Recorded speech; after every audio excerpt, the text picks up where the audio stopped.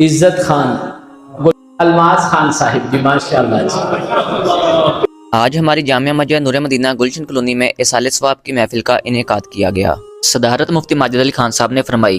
زیر نگرانی حافظ امیر حمزہ صاحب۔ مسجد انتظامیہ نے محمد امجد علی کھوکھر صاحب کو اس کاوش پر مبارکباد دی اور پھولوں کا گلدستہ پیش کیا۔ تلاوت کلام پاک سے محفل کا آغاز ہوا۔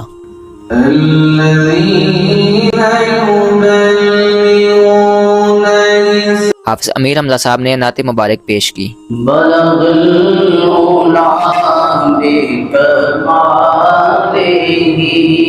واعظ و نصیحت کا سلسلہ ہوا۔ مفتی ماجد علی خان صاحب نے واعظ فرمایا۔ بہت زیادہ، بہت کچھ قارون تھا، 60 خچروں پر اس کے خزانوں کی صرف چابیاں رکھی جاتی تھی بس۔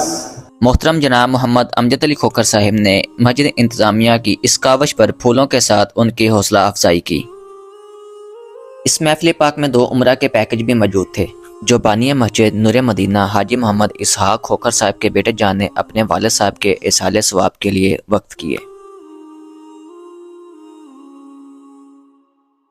محفل کے درمیان قرآن اندازی کا آغاز ہوا۔ ماشاءاللہ جی، سبحان اللہ۔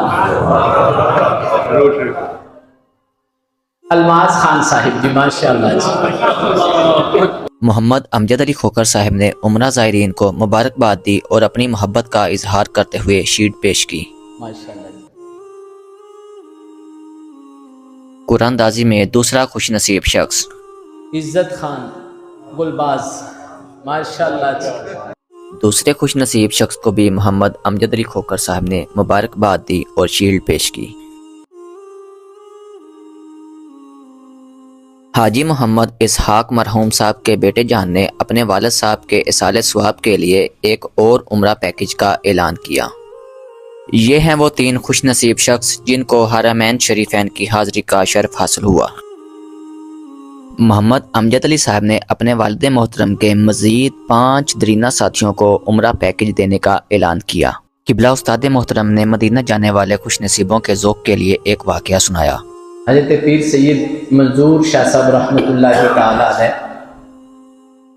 مدینہ پاک میں تھے تو آپ فرماتے ہیں کہ ہماری صاحبہ بیٹھی ہوئی تھی تو میں جنت البقیع شریف سے واپس حضور کے روضہ پاک پہ آ رہا تھا۔ آپ فرما رہے تھے میں دل میں سوچ رہا تھا کہ مدینہ شریف کی کیا ہی بات ہے، یہاں پر تو 2 جنتیں ہیں، یہاں پر تو ایک جنت البقیع شریف ہے اور ایک ریاض الجنہ ہے۔ کہتے ہیں میں دل میں سوچ